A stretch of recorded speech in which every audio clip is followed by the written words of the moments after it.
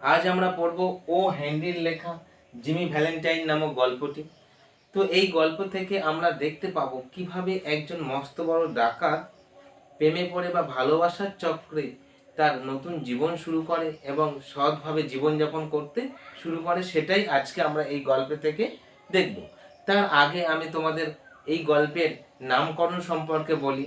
তোমরা জানো কোনো গল্পের নামকরণ হয় কোনো চরিত্রকে কেন্দ্র করে, কোনো ঘটনাকে কেন্দ্র করে বা কোনো জায়গাকে কেন্দ্র করে কোনো গল্পের নামকরণ হয়। তো এই যে গল্পটি আমরা পড়বো আজকে, জিমি ভ্যালেন্টাইন নামক যে গল্পটি, সেই গল্পের নামকরণ করা হয়েছে জিমি ভ্যালেন্টাইন নামক একজন ব্যক্তির চরিত্রকে কেন্দ্র করে এই গল্পের নামকরণ করা হয়েছে। তারপর আমরা জেনে নেব এই গল্পের মধ্যে আছে কয়েকটি চরিত্র এবং তারা কে কে। সেই চরিত্রগুলো হলো কি, জিমি ভ্যালেন্টাইন হলেন একজন মস্ত বড় ডাকাত। তিনি ডাকাতি করে সেই এলাকার বা সেই শহরের সব থেকে ধনী ব্যক্তিতে পরিণত হয়েছেন এবং প্রচুর সম্পত্তির মালিক হয়েছেন এই জিমি ভ্যালেন্টাইন ডাকাতি করে। জিমি ভ্যালেন্টাইনের বয়স 25 থেকে 30 বছরের মধ্যে, অর্থাৎ সে এখনো ইয়াং ছেলে বা উপযুক্ত একটা বিবাহের পাত্র হিসাবে গণ্য করা যেতে পারে তাকে। তারপর আমরা যে চরিত্র পাবো তিনি হলেন কর্নিন। কর্নিন হলেন একজন প্রহরী, অর্থাৎ জেলের যে সমস্ত গার্ড, জেলে যে সমস্ত কয়েদিরা থাকে তাদেরকে দেখভাল করবার জন্য অনেক প্রহরী থাকে, তাদের মধ্যে একজন হলেন কর্নিন। ওয়ার্ডেন হলেন জেলার, অর্থাৎ ওই যে জেলে জিমি ভ্যালেন্টাইন থাকতেন সেই জেলে একজন ওয়ার্ডেন, অর্থাৎ জেলার হলেন কি ওয়ার্ডেন। তারপর মাইক ডোলেন হলেন জিমির খুব ঘনিষ্ঠ বন্ধু। তার একটা কেফ আছে, অর্থাৎ একটা সরাইখানা টাইপের হোটেল টাইপের কিছু একটা আছে। জিমি ভ্যালেন্টাইনের উপযুক্ত একজন বন্ধু ছিলেন মাইক ডোলেন। তারপর আর একটা চরিত্র পাবো আমরা, সেই চরিত্রটা হলো বেন প্রাইস হলেন একজন মস্ত বড় গোয়েন্দা, যার গোয়েন্দাগিরির ওপরে সরকার এবং জনগণ প্রচন্ড রকম ভাবে নির্ভর করে। আর একটা চরিত্র পাবো, সেটি হলো কি ওল্ড পল হচ্ছে জিমির সব থেকে ভালো বন্ধু, যাকে জিমি তার চুরির যন্ত্রপাতিগুলো দিয়ে দিতে চেয়েছিল। এবার দেখো গল্পটি আমরা আস্তে আস্তে এগিয়ে যাব। তার আগে আরো কয়েকটি চরিত্র আছে, সেটা জেনে নেব। মিস অ্যানাবেল হলেন নায়িকা, অর্থাৎ এই যে জিমি ভ্যালেন্টাইন যার প্রেমে পড়ে বা যার সৌন্দর্যে আবদ্ধ হয়ে তার নিজের জীবনটাকে পরিবর্তন করে নিতে চেয়েছিল বা পাল্টে নিতে চেয়েছিল এবং সৎভাবে জীবনযাপন করতে চেয়েছিল, সেই মহিলা হচ্ছেন মিস অ্যানাবেল অ্যাডামস। ইনি ছিলেন মিস্টার অ্যাডামের মেয়ে, অর্থাৎ মিস্টার অ্যাডামের দুটি মেয়ে ছিলেন। দুটি মেয়ের মধ্যে ছোট মেয়ের নাম ছিল কি মিস অ্যানাবেল। মিস মানে তোমরা জানো, মিস বলতে এখানে অবিবাহিত মহিলাদেরকে বোঝানো হয়, অর্থাৎ মিস অ্যানাবেল ছিলেন মিস্টার অ্যাডামের ছোট মেয়ে। তারপর কে আছে দেখো, মে অ্যান্ড আগাথা। মেয়ে কে ছিল? মেয়ে ছিল 9 বছর বয়সী একটা মেয়ে। কার মেয়ে ছিল? এই মিস অ্যানাবেলের দিদির মেয়ে ছিল মে অ্যান্ড আগাথা। আগাথা কত বছর বয়সী ছিল? আগাথা 5 থেকে 6 বছর বয়সী একটা মেয়ে ছিল। তো এই হলো এই গল্পের চরিত্র। এবার দেখো পুরো গল্পটি আমি তোমাদের চোখের সামনে ভাসিয়ে তোলার চেষ্টা করছি, কিভাবে দেখে নাও। জিমি ভ্যালেন্টাইন একবার জেলে যায়। কি জন্য জেলে যায়? জিমি ভ্যালেন্টাইন বিশাল বড় একটা সিঁধের চোর, এমনভাবে চুরি করছে সেই চুরির কোনো নিদর্শন তিনি রাখেন না। তো এইভাবে চুরি করতে করতে শহরের সমস্ত বড় বড় যে সমস্ত ব্যাংক আছে, যে সমস্ত অর্থনৈতিক কার্যকলাপ যেখানে হয়, সেই সমস্ত জায়গায় এই জিমি ভ্যালেন্টাইন ডাকাতি করে এবং ডাকাতিটা এমনভাবে করে তার কোনো হিন্টস কেউ খুঁজে পায় না। তো কোনো একটা হিন্টস পেয়ে জিমি ভ্যালেন্টাইনকে গ্রেপ্তার করতে যায় কি বেন প্রাইস, শুধুমাত্র সন্দেহের বশে। তো জিমি ভ্যালেন্টাইনকে যখন অ্যারেস্ট করতে যায় তখন বেন প্রাইসের সঙ্গে জিমি ভ্যালেন্টাইনের একটা ধস্তাধস্তি হয় বা কুস্তি হয়। তার ফলে বেন প্রাইসের কলার বোতামটা ছিঁড়ে পড়ে থাকে জিমি ভ্যালেন্টাইনের ঘরে। এবারে দেখো গল্পটা এখান থেকে শুরু না, গল্পটা শুরু হবে কখন? জিমি ভ্যালেন্টাইনকে যখন বেন প্রাইস জেলখানার মধ্যে রেখেছিল তখন জিমি ভ্যালেন্টাইন ভেবেছিলেন যে আমার ম্যাক্সিমাম 3 মাস মতো থাকতে হবে। কিন্তু যেহেতু তার বাইরে বড় বড় বন্ধু বান্ধব আছে বা বাইরে অনেক সোর্স আছে যারা তাকে জেল থেকে ছাড়িয়ে নেবেন, তো দেখো জিমি ভ্যালেন্টাইনকে আলটিমেটলি 10 মাস জেলে থাকতে হয়েছিল, কারণ এই সমস্ত বাইরের বন্ধুরা প্রাণপণ চেষ্টা করেও তাকে 10 মাস জেল খাটতে হয়েছিল, কারণ সন্দেহের বশে ধরা এবং শহরের সব থেকে বড় ডাকাত হিসেবে প্রকাশ্যে না আসলেও সবাই সন্দেহ করতো তাকে এর জন্য। এবার দেখো সরি, এই জিমি ভ্যালেন্টাইন তাহলে জেলের মধ্যে আছে, জেলের মধ্যে ও জুতো সেলাই করছে, এরকম একটা সময় কর্নিন তাকে খবর দিল যে আগামীকাল তোমার ছুটি হবে, তুমি জেল থেকে ছাড়া পাবে। কেন ছাড়া পাবে না, জেলার অর্থাৎ জেলার নয়, এখানে তোমার ওই যে রাজ্যপাল তাকে ক্ষমা করে দিয়েছেন জিমি ভ্যালেন্টাইনকে। কেন ক্ষমা দিয়ে, তার তার ব্যবহারের ফলে, এবং জেলার তার ব্যবহারে সন্তুষ্ট হয়েছে সেটা রাজ্যপালকে জানিয়েছে। রাজ্যপাল কি করেছে, জিমি ভ্যালেন্টাইনের ক্ষমাপত্র পাঠিয়ে দিয়েছে, অর্থাৎ ক্ষমা করে দিয়েছে। সেই ক্ষমাপত্রটা দিয়ে দেবে কাকে, জিমি ভ্যালেন্টাইনকে। কর্নিন জিমি ভ্যালেন্টাইনকে নিয়ে আসতে গেলেন, আনলেন যখন, তখন জেলার বলছেন দেখো তুমি খুবই ভালো স্বভাবের, তুমি খুব ভালো মানুষ, কিন্তু এই সমস্ত চুরি ডাকাতি আর করো না, সৎভাবে জীবনযাপন করো, সেটাই তোমার পক্ষে মঙ্গল। কিন্তু জিমি ভ্যালেন্টাইন ওই সমস্ত কথায় কান দেয়নি। তিনি বলছেন আমি আর চুরি, এই তো অসম্ভব ব্যাপার, আমি কখনো কোথাও চুরি করিনি।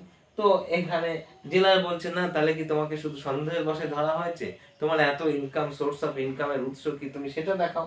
তো এই সমস্ত কথাবার্তা হওয়ার পর ওয়ার্ডেন জিমি ভ্যালেন্টাইনকে একটা রেলওয়ে টিকিট দিলেন আর জেল খাটলি, অর্থাৎ সশ্রম কারাদণ্ডে থাকলে সেখানে যে শ্রম বা পরিশ্রম করতে হয়, সেই পরিশ্রমের ফলে কিছু মূল্য বা কিছু পারিশ্রমিক পায়। তো জিমি ভ্যালেন্টাইন সেই পারিশ্রমিক এবং একটা রেলওয়ে টিকিট পেলেন, আর তার যে সমস্ত পোশাক, সেই সমস্ত পোশাকগুলো পেয়ে গেলেন। জিমি ভ্যালেন্টাইন সোজাসুজি ওখান থেকে বেরিয়ে একটা প্রকৃতির সান্নিধ্যে না এসে কি করলেন, জিমি ভ্যালেন্টাইন ওখান থেকে কিছুটা ট্রেন চেপে গিয়ে ঘন্টা তিনেকের মধ্যে মাইক ডুলানের যে ক্যাপ ছিল সেই ক্যাপের মধ্যে গেলেন, সেখানে গিয়ে কষা মাংস খেলেন, একটু ওয়াইন খেলেন, জীবনটাকে উৎফুল্লতায় পরিপূর্ণ করলেন এবং নতুন করে পরিকল্পনা তিনি ভাবতে লাগলেন।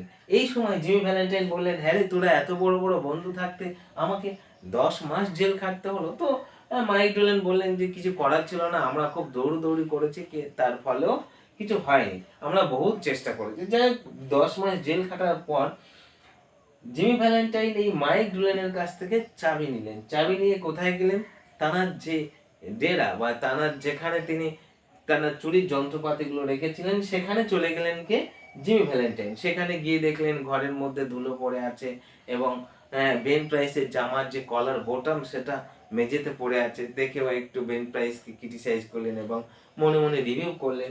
তো দেখো ওখান থেকে সে চুরির যন্ত্রপাতিগুলো বার করে নিলেন। বার করে নিয়ে ওই শহরে আরো 3-4টি বড় চুরি করলেন, বড় বড় ডাকাতি করলেন।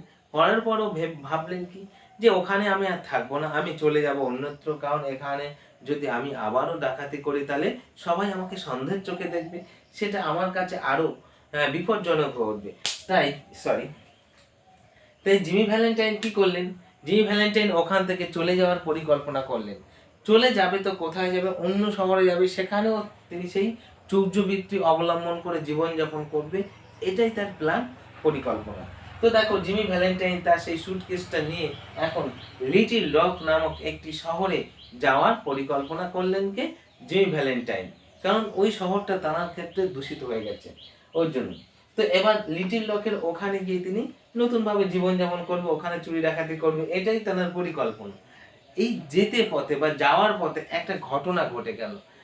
উনি যখন যাচ্ছিলেন লিটিল রক শহরে, ঠিক সেই পথে অর্থাৎ লিটিল রক শহরে একটি মেয়ের সঙ্গে জিমি ভ্যালেন্টাইনের দেখা হয়। সেই মেয়েটি ছিলেন কি, মিস অ্যানাবেল অ্যাডামস।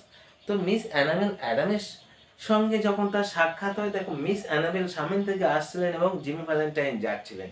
ঠিক সামনাসামনি যখন দেখা হলো, দুজনের মুখ দুদিকে এরকম ঘুরে গেল, অর্থাৎ জিমি ভ্যালেন্টাইন এই যাচ্ছিলেন, ওনার মুখটা এরকম ঘুরে গেল, আর মিস অ্যানাবেল তিনি এদিকে যাচ্ছিলেন, তো তাঁর মুখটা এরকম ঘুরে গেল। তো দুজনার চোখে চোখ পড়ে গেল এবং দুজনার সৌন্দর্যে আবদ্ধ হলেন। এই সৌন্দর্যের আবদ্ধতার কারণে জিমি ভ্যালেন্টাইন ওখানে যে একটা হোটেল ছিল, সেই হোটেলটার নাম ছিল প্লান্টার হোটেল। সেই প্লান্টার হোটেলে প্রবেশ করার সিদ্ধান্ত নিলেন এবং সেই প্লান্টার হোটেলে প্রবেশ করার পথে একটা ছোট্ট ছেলেকে মিস অ্যানাবেল সম্পর্কে জানার প্রচেষ্টা করলেন। অন্য একটা নাম দিয়ে মিস অ্যানাবেল সম্পর্কে জেনে নিলেন যে মিস অ্যানাবেলকে। দেখো, মিস অ্যানাবেল হলেন মিস্টার অ্যাডাম, ওই লিটিল রক শহরের সব থেকে যে ধনী ব্যাংকের মালিক, ব্যাংকার, তার মেয়ে মিস অ্যানাবেল অবিবাহিত। এই কথাটা তিনি জেনে গেলেন এবং আরও আনুষঙ্গিক বিষয় সম্পর্কে তিনি জানলেন। এবার ওই প্লান্টার হোটেলে ঢুকে জিমি ভ্যালেন্টাইন নিজেকে পরিবর্তন করে নেওয়ার পরিকল্পনা করলেন মিস অ্যানাবেলের সৌন্দর্যে আবদ্ধ হয়ে। তাই সেখানে তিনি একটা নতুন নামে ওই হোটেলে উঠেছিলেন। তো কি নাম নিয়েছিলেন? Ralph D Spencer. Ralph D Spencer নামে জিমি ভ্যালেন্টাইন প্লান্টার হোটেলে সাইন করলেন, সেখানে থাকে এবং ওই হোটেলের যে ক্যারিনিক ছিলেন সেই ক্যারিনিকও জিমি ভ্যালেন্টাইনের সৌন্দর্যে আবদ্ধ হলেন এবং খুবই ভালো লাগলো। ঠিক এরকম একটা পরিস্থিতিতে জিমি ভ্যালেন্টাইন ভাবলেন যে আমি নতুনভাবে জীবনযাপন করব, কারণ আমি যদি ওই চর্যবৃত্তিকে অবলম্বন করে জীবনযাপন করি তাহলে কেউ আমাকে লাইক করবে না, কেউ পছন্দ করবে না, আর এই জীবনটা যেন আর ভালো লাগে না। সব সময় লুকিয়ে থাকা, সব সময় একটা গোপনতার মধ্যে জীবনযাপন করা, প্রাইভেসির মধ্যে থাকা, আমি এরকম জীবন আর যাপন করব না। আমি সুন্দর সৎভাবে জীবনযাপন করব। এই পরিকল্পনায় জিমি ভ্যালেন্টাইন ভাবলেন যে এই যে শহরে এসেছি, এই শহরে আমি একটা কি করব, বিজনেস করব, ব্যবসা করব, করে আমি এখানেই প্রতিষ্ঠিত হব। দেখো, মানুষের মানসিকতা কিভাবে পাল্টে যায়, কিভাবে পরিবর্তন করে দেয়। কি প্রেম ভালোবাসা মানুষের মানসিকতাকে পাল্টে দেয়। ঠিক সেরকম ঘটনা ঘটেছিল জিমি ভ্যালেন্টাইনের ক্ষেত্রে। তো জিমি ভ্যালেন্টাইন ওখান থেকে দুই একজন লোকের কাছ থেকে বা ওই হোটেলের ক্যারিনিকের কাছ থেকে জানতে পারলো যে এই শহরে কোন ব্যবসা করা যায়, কি ব্যবসা ভালো চলবে। ও নিজেও পরিকল্পনা করলেন। পরিকল্পনা করার পর তিনি ভাবলেন যে আমি এই শহরে জুতোর ব্যবসা করব, কারণ জুতো ড্রাই ম্যাটেরিয়াল, অর্থাৎ একটা ড্রাই ইনডিগনেন্ট, অর্থাৎ এর মধ্যে কোনো সমস্যা সৃষ্টি হবে না, অর্থাৎ এই উপাদানের কোনো ক্ষতি হবে না। থাকলে বছরের পর বছর দ্রব্যমূল্য বৃদ্ধি অনুযায়ী দাম বাড়বে। সেই জন্য কি করলেন, উনি জুতোর ব্যবসা শুরু করলেন। তো করলেন ভীষণ বড় জুতোর দোকান করলেন, বড় একটা বোর্ড টাঙিয়ে দিলেন, Ralph D Spencer shoe house, এরকম করে তিনি একটা বোর্ড টাঙিয়ে দিয়েছেন। তো জিমি ভ্যালেন্টাইনের পেছনে লেগেছিলেন কে? Ben Price. বেন প্রাইসের গোয়েন্দাগিরি তখনও চলছে। বেন প্রাইস দেখে বলছে, জিমি তুই নতুন জীবন যাপন করছিস, তো খুবই ভালো কর, আমি আছি তোর পেছনে, এরকম মনে মনে ভাবলেন। তো জিমি ভ্যালেন্টাইন এমন একটা জুতোর দোকান করেছেন, সেই জুতোর দোকানে শহরের সব থেকে ধনী এবং মান্যবর ব্যক্তিরা আসতেন জুতো নিতে, কারণ ভীষণ একটা জুতো, ভীষণ বড় একটা জুতোর দোকান, সেখানে সব আইটেমের জুতো পাওয়া যেত এবং উন্নত মানের। তো মিস অ্যানাবেল জিমি ভ্যালেন্টাইনের জুতোর দোকানে গেলেন, একবার দুবার চারবার, এইভাবে তার সঙ্গে পরিচয় ঘটলো। জিমি ভ্যালেন্টাইন নিজেও অর্থনৈতিকভাবে প্রতিষ্ঠিত হলো, সেখানে বাড়িঘর করলেন, খুব সুন্দর জীবনযাপন করতে লাগলেন। মিস অ্যানাবেল এবার তার দিদিকে বললেন জিমি ভ্যালেন্টাইন অর্থাৎ রাল্ফ ডি স্পেন্সার সম্পর্কে। তা Ralph D Spencer, Jimmy Valentine একই ব্যক্তি। মিস অ্যানাবেল তার দিদিকে বলার পর দিদি বাবাকে বললেন। বাবাকে মিস্টার অ্যাডাম। মিস্টার অ্যাডাম ওই শহরের সব থেকে ধনী ব্যক্তি ছিলেন। তো ধনী ব্যক্তি হওয়ার জন্য কি করলেন, মিস্টার অ্যাডাম বিষয়টা মেনে নিলেন, অর্থাৎ মিস অ্যানাবেল এবং রাল্ফ ডি স্পেন্সারের মধ্যে যে সম্পর্ক, সেই সম্পর্কটাকে মেনে নিলেন। মেনে নেওয়ার ফলে কি হলো, এবার এখনকার যে রিলেশন তোমরা জানো, এই তো ফিল্মের মতো খাওয়া দাওয়া আগে, বিয়ের আগে থেকেই শুরু হয়ে যায়। ঠিক সেরকমটাই শুরু হয়ে গেছিল রাল্ফ ডি স্পেন্সার ওরফে জিমি ভ্যালেন্টাইন আর কে, মিস অ্যানাবেলের মধ্যে। তো মিস অ্যানাবেলদের বাড়িতে রাল্ফ ডি স্পেন্সার যায়, থাকে, খায়, একটা ভীষণ সম্পর্ক তৈরি হয়ে গেছে। এবার মিস্টার অ্যাডাম একটা ঘটনা ঘটেছেন। ঘটনাটা কি মাথায় রাখবে তোমরা, এটাই মেন ঘটনা। এই ঘটনাটা আর একটা মুড নিয়ে যাবে, আর একটা মুড এনে দেবে এই গল্পের মধ্যে। মিস্টার অ্যাডাম হলেন ওই শহরের সব থেকে বড় ব্যাংকার। এই শহরে বড় বড় ডাকাতি হওয়ার ফলে মিস্টার অ্যাডাম ভীষণ শক্তিশালী, ভীষণ শক্তপোক্ত বড় একটা সিন্দুক আনলেন, যে সিন্দুকটাকে অতি সহজে ভাঙতে পারবে না। চোর ডাকাত কেন কোনো যান্ত্রিক উপায়ে অতি সহজে ভাঙা যাবে না, এরকম একটা সিন্দুক এনে তিনি নিজের প্রতি নিজে একটা গর্ববোধ করলেন এবং সমস্ত গণ্যমান্য ব্যক্তিদের, অফিসারদের তিনি খবর দিলেন তাঁর ওই সিন্দুকটাকে দেখার জন্য। সেই এবং একটা অনুষ্ঠানের আয়োজন করলেন। তো সেই অনুষ্ঠানে উপস্থিত ছিলেন কে? জিমি ভ্যালেন্টাইন ওরফে রালফ স্পেন্সার ওরফে জিমি ভ্যালেন্টাইন, তারপরে আরো শহরের গণ্যমান্য ব্যক্তি, বেন প্রাইস, এরকম সবাই উপস্থিত ছিলেন এই অনুষ্ঠানে। এই কোনো একটা জিনিস প্রদর্শনের অনুষ্ঠানে সবাই উপস্থিত থাকা সত্ত্বেও সবাই কি করে, দেখে সিন্দুকটাকে, দেখে একটু গায়ে হাত দেয়, টাচ করে, একটু নাড়া দিয়ে দেখে, দেখে বলল যে সত্যি খুবই শক্তিশালী, এরকম সিন্দুক কোনো শহরে একটাও নেই হয়তো, এরকম বলে প্রশংসা করে চলে যায়।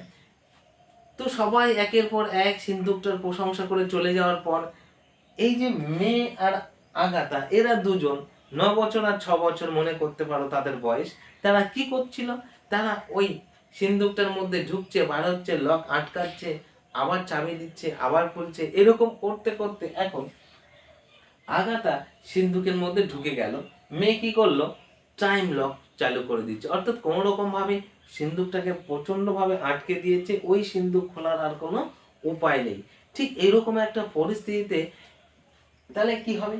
এরকম একটা পরিস্থিতিতে আগাতা মারা যাবে। তো ভীষণ একটা কান্নার রব উঠে গেল, হইচই পড়ে গেল, কি করে আগাতাকে বাঁচানো যাবে। এই বলছে সিন্ধুকের নিচে গ্রানাইট ফাটাও, এই বলছে ঢিল দিয়ে কাটো, ও বলছে এটাকে ভাঙার কোনো উপায় নেই, মেয়েটা মারাই যাবে। তো সবাই একটা বিশৃঙ্খলার মধ্যে পড়ে গেল। এবার মেয়ে আগাতার মা তো জ্ঞান হারিয়ে ফেলেন, এরকম একটা পরিস্থিতি। ঠিক এইরকম একটা পরিস্থিতির মধ্যে এখন মিস অ্যানাবেল কেঁদে পড়লেন কার কাছে? রালফ স্পেন্সার ওরফে জিমি ভ্যালেন্টাইন, জিমি ভ্যালেন্টাইনের কাছে কেঁদে পড়লেন। ঠিক এই জায়গা থেকে আমি ফিরে আসি আরেকটা গল্পে। মিস অ্যানাবেলকে পেয়ে জিমি ভ্যালেন্টাইন ওরফে রালফ স্পেন্সার ভেবেছিলেন আমি সুন্দর জীবনযাপন করব, আমার এই চৌর্যবৃত্তির সমস্ত যন্ত্রপাতিগুলো আমি দিয়ে দেব আমার বন্ধু ওল পলকে।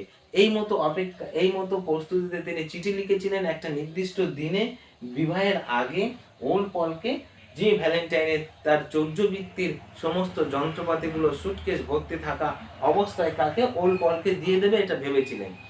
কিন্তু তার আগে ঘটনা ঘটলো কি? এই আগাতা ঢুকে পড়লো কিসের মধ্যে? সিন্ধুকের মধ্যে। সেই চৌর্যবৃত্তির যন্ত্রপাতিগুলো তার সময় সঙ্গে থাকতো এবং সুটকেসটা খুব ভারী অবস্থায় থাকতো। তো দেখো, এই মতো অবস্থায় যখন আগাতা সিন্ধুকের মধ্যে ঢুকে পড়লো তখন কি করবে? তখন তো আর কিছু করার নেই। তখন মিস অ্যানাবেল কেঁদে পড়লো জিমি ভ্যালেন্টাইন ওরফে রালফ স্পেন্সারের কাছে। রালফ স্পেন্সার ভাবছে, আমি কি পরীক্ষার সম্মুখীন হলাম, আমি কি যন্ত্রণার সম্মুখীন হলাম, আমি যে নতুন জীবন যাপন করতে শুরু করব, নতুনভাবে বাঁচবো, সেই বাঁচার উপায় আমার থাকবে না যদি আমি সিন্দুকটা খুলি। অর্থাৎ যদি আমি এই সিন্দুকটা ভেঙে বা খুলে আগাতাকে বার করি, তাহলে এই যে শহর বা এর পূর্ববর্তী যত ডাকাতি হয়েছে সমস্ত ডাকাতির ভার আমার উপর এসে পড়বে, আমি যে বড় ডাকাত সেটা প্রমাণিত হয়ে যাব, আর আমার নতুন করে জীবনযাপন করা আর সম্ভব হবে না, কারণ আমি ডাকাত হিসেবে প্রমাণিত হলে বেন প্রাইস আমার পেছনে লেগেই আছে, দুজন দুজনকেই চিনতেন, আগে থেকেই পরিচয় আছে, সুতরাং আমার আর ভালো করে বাঁচা হবে না। তো ভাবলো আমি তো এত এত অপরাধ করেছি, আর একটা অপরাধ করলে কি বা যায় আসে, না হয় আমি আমার নতুন জীবন যাপন করব না, এই সুন্দর জীবন না হয় আমার ভাগ্যে থাকবে না, এরকম ভেবে জিমি ভ্যালেন্টাইন কি করলেন? সবাইকে বাইরে বার করে দিয়ে বললেন আমাকে 10টা মিনিট সময় দাও, আমি দেখছি কি করতে পারি। বলে 10 মিনিটের মধ্যে এই রালফ স্পেন্সার সিন্ধুক ভেঙে কাকে বার করে দিলেন? আগাতাকে বার করে দিলেন। আগাতা যখন বেরিয়ে এলেন সকলে অবাক হয়ে গেল। আর এই যে রালফ স্পেন্সার যে চোর বা ডাকাত সেটা প্রমাণ হয়ে গেল, মানে বোল্ড আউট হয়ে গেছে। এখানে আর কোনো ভাবার দরকার নেই, ভাবার কোনো উদ্দেশ্য নেই, সোজাসুজি ব্যাট বগলে দিয়ে চলে যাওয়ার একটা জায়গা তৈরি হয়ে গেল। ঠিক ওরকমটাই করলেন জিমি ভ্যালেন্টাইন। তার রাল্ফ ডিসপেন্সার বেন প্রাইসের কাছে হাত এরকম করে দিলেন, হ্যান্ডিক্যাপ পড়াও, আমাকে অ্যারেস্ট করো, এরকম ভাবে। কিন্তু বেন প্রাইস এখানে একটা অন্যরকম প্রতিক্রিয়া দেখালেন। বেন প্রাইস জিমি ভ্যালেন্টাইন ওরফে রাল্ফ স্পেন্সারকে বুকে জড়িয়ে ধরলেন এবং সবাই জানালেন। সুতরাং একমাত্র বেন প্রাইসই প্রমাণ করে দিতে পারতো যে এ ডাকাত, যেহেতু এ গোয়েন্দা। সুতরাং এ যখন একে ভালো সার্টিফিকেট দিলেন, সবাই এই বিষয়টাকে আর মেনে নিলেন না যে ও ডাকাত। এবার মিস অ্যানাবেল গিয়ে জড়িয়ে ধরলেন রাল্ফ ডিসপেন্সার। অর্থাৎ এই যা 52 তা 53 এত খারাপ কাজ করার ফলে একটা ভালো কাজ করেও জিমি কি করলেন, যেটা জিমি খারাপ ভেবে নিয়েছিলেন সেই খারাপ কাজটা করে জিমি আবার সেই ভালোতে পরিণত হলেন। অর্থাৎ ঠিক এইভাবেই গল্পটা শেষ হয়ে গেল। আশা করি তোমাদের ভালো লেগেছে। যদি ভালো লাগে তাহলে ভিডিওটাকে লাইক করো, শেয়ার করো এবং আমার চ্যানেলটাকে সাবস্ক্রাইব করো, যাতে আমি পরবর্তী ভিডিও আনতে অনুপ্রাণিত হই।